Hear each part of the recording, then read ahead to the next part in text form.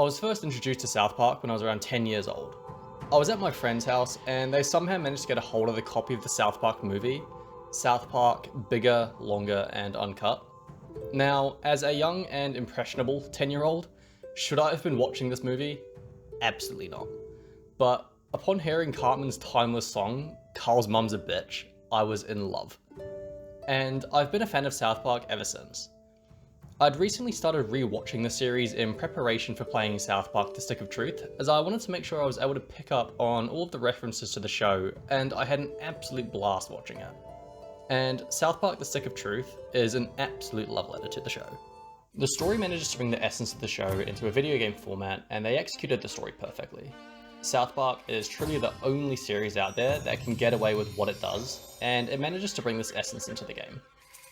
Like seriously, where else can you play as a black male Jew summoning the plagues of Egypt disguised as a girl fighting Khloe Kardashian's giant aborted Nazi fetus, all just to find out if Heidi's a two-faced bitch for the girls? I genuinely cannot think of anywhere else that you can. In this review, there will be some spoilers ahead, so for those of you who don't want to be spoiled on the story and just want to know if you should play the game, then the quick answer is absolutely. Without a doubt, go and play this game. Now, the story starts you off as the new kid who's just moved into the town of South Park with your family. You're promptly kicked out of the house for the day by your parents and told to go make some friends. It wasn't a request, it was a command. Now get out there and make some friends.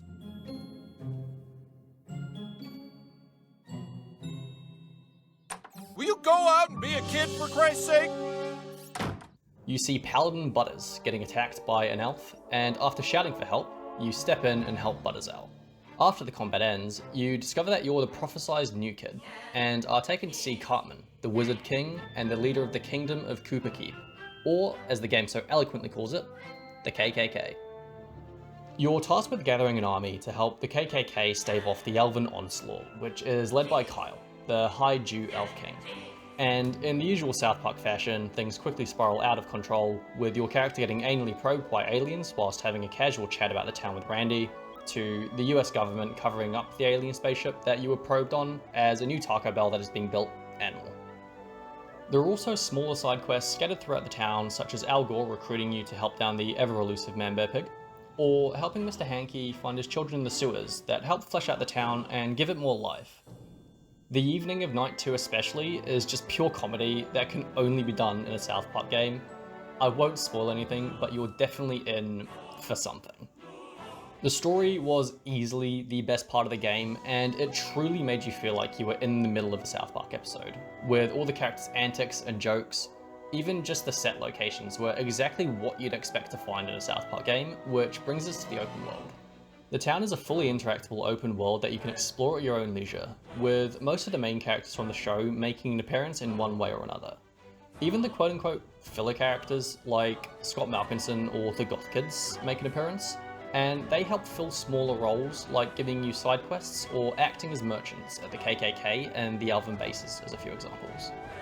This, combined with the generous number of cutscenes and childlike world-ending stakes, such as being called a butthole if you betray the elves, just further helps you feel like you've been placed into an episode of the show and you're playing alongside the boys.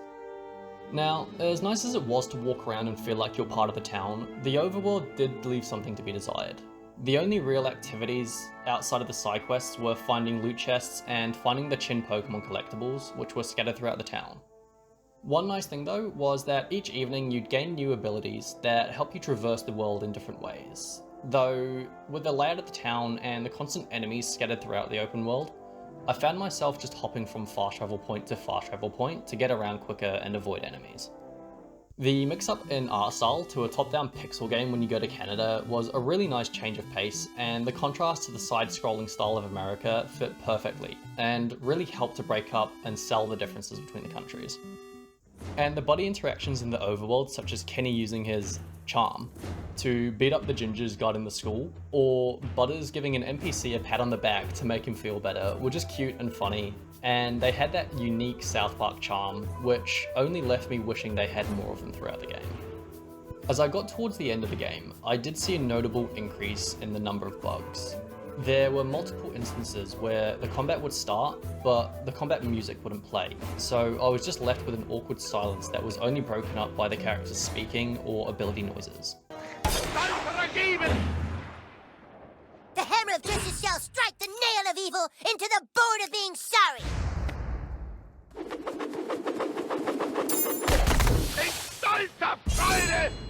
Unfortunately, there were also a few instances in some of the later cutscenes where my character would flicker in and out of the frame, which really drew me out of the game and just kind of broke my immersion and threw me out of what was going on in the cutscene.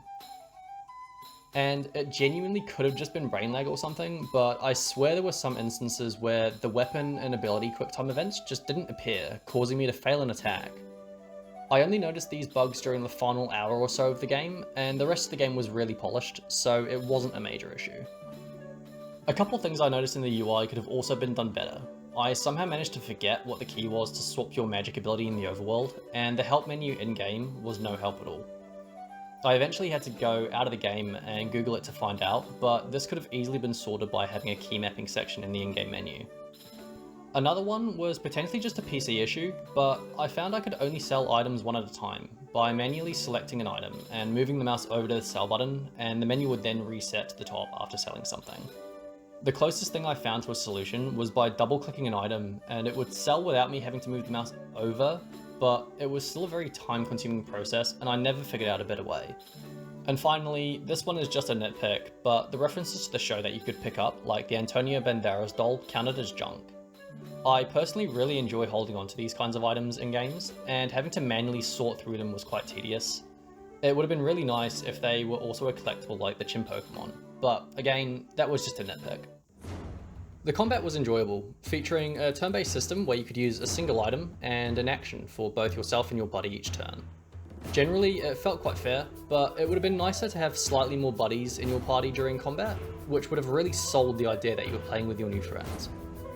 The combat also allowed you to increase your damage done or reduce your damage taken by successfully completing a QuickTime event. The QuickTime events were fairly engaging, and they were quite rewarding to pull off. Now, this is going to make me sound like an absolute dropkick, but for the life of me, I could not successfully execute Princess Kenny's unicorn attack. This was 100% a skill issue, and I do not know what was going on, but it was just not agreeing with me. Objectively speaking, it wasn't difficult to execute, with it being a simple task of hitting the buttons that are displayed, but I did eventually get a hang of it after a few attempts. The other QuickTime events weren't particularly difficult to execute, and it always felt nice to pull them off and deal a bit of extra damage, or to see an enemy's attack only deal 1 HP. The defending QuickTime events did take a bit of getting used to in terms of timing, and some of them did just feel downright unfair, like Al Gore's bodyguards, but overall it was a good system. My only real gripe with the combat system is that it didn't really change much throughout the game, and towards the end of the game I did find myself just spamming my Plagues of Egypt and Butter's Professor Chaos abilities just to get non-boss combat over with quicker. And on the spamming, feel free to go all out on each encounter. Your spells, HP, and PP fully regenerate once combat ends.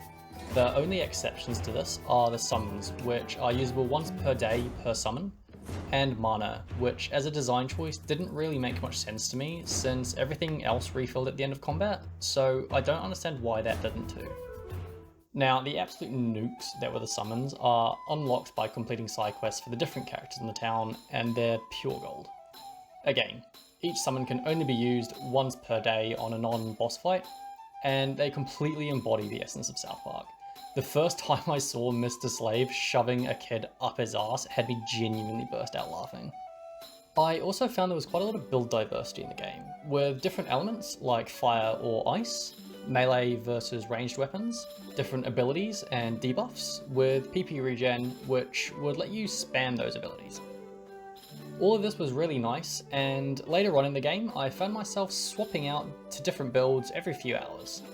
As fun as this was, in the early stages of the game I found myself slightly reluctant to swap around and try new things, mainly due to the perk system. The perks are permanent buffs to general areas of combat, like doing increased damage and taking reduced damage from enemies that are burning as an example. These perks cannot be refunded or swapped around though throughout the game, so at the start when you don't have many perks, it can make trying new builds a little detrimental. As I'm writing this review, I'm thinking back on the game, and while the game definitely has its flaws, you know, the combat could have been more varied, the open world did start to get a little stale towards the end, and managing my items just annoyed me to no end. It was a genuinely fun game, and I loved the time I spent with it. It's one of the few games that had me consistently laughing throughout the whole runtime, and it was clearly made with love and passion from the South Park team. I loved being able to interact with the characters of the town, and I'm genuinely looking forward to playing the sequel in the future. Is it a perfect game? No. But it's a game that I'll remember fondly, and I really enjoyed playing through. So, should you play South Park: The Stick of Truth? Absolutely. Without a doubt, go and give it a go, and I really hope that you end up enjoying it as much as I managed to.